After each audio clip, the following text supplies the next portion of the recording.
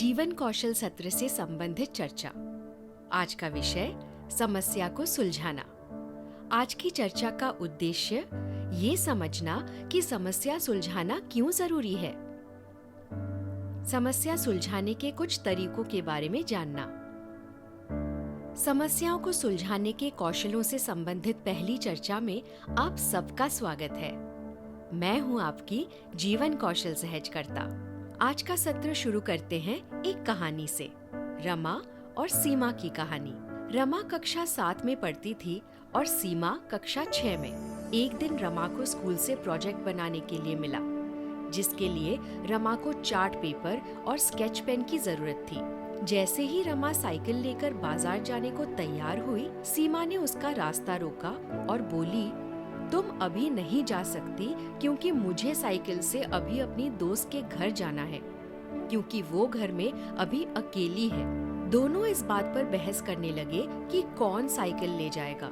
उनका शोर सुन दादी वहाँ आ गई। दादी को देखकर रमा बोली, दादी, मुझे प्रोजेक्ट का सामान खरीदने के लिए साइकिल से बाजार जाना है।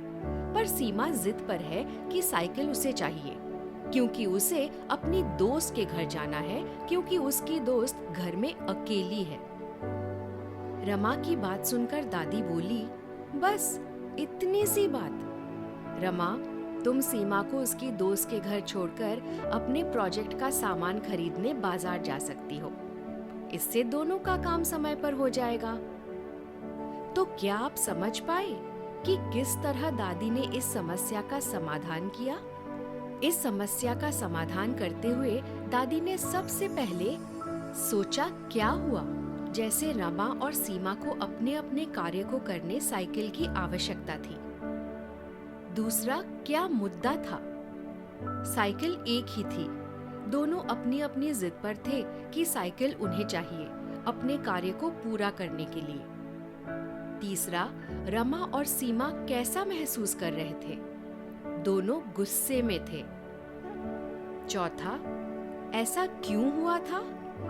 क्योंकि दोनों के लिए केवल अपना काम जरूरी था और रमा और सीमा अपने काम के विषय में सोच रहे थे।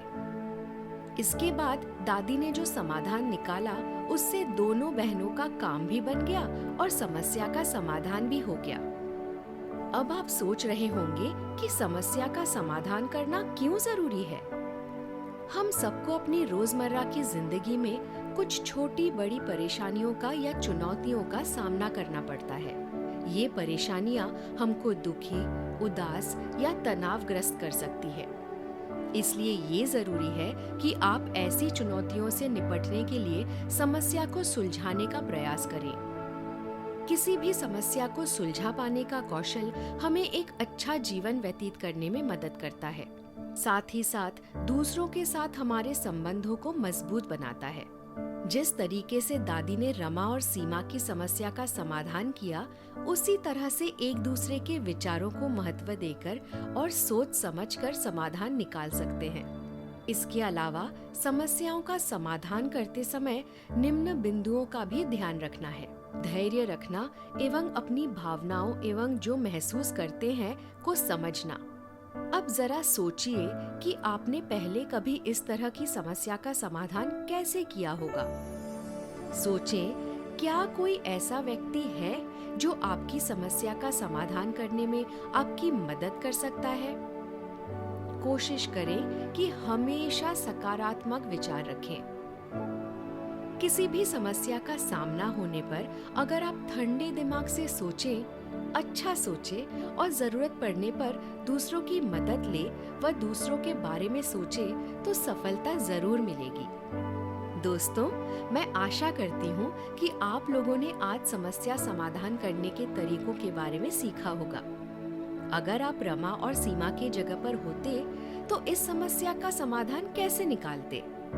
आप इस कहानी का चित्र बनाकर या कहानी का दूसरा अंत सोचें और हमसे साझा करें। अपने अपने जवाब हमें अपनी आवाज रिकॉर्ड करके या व्हाट्सएप अथवा लिख कर भेज सकते हैं।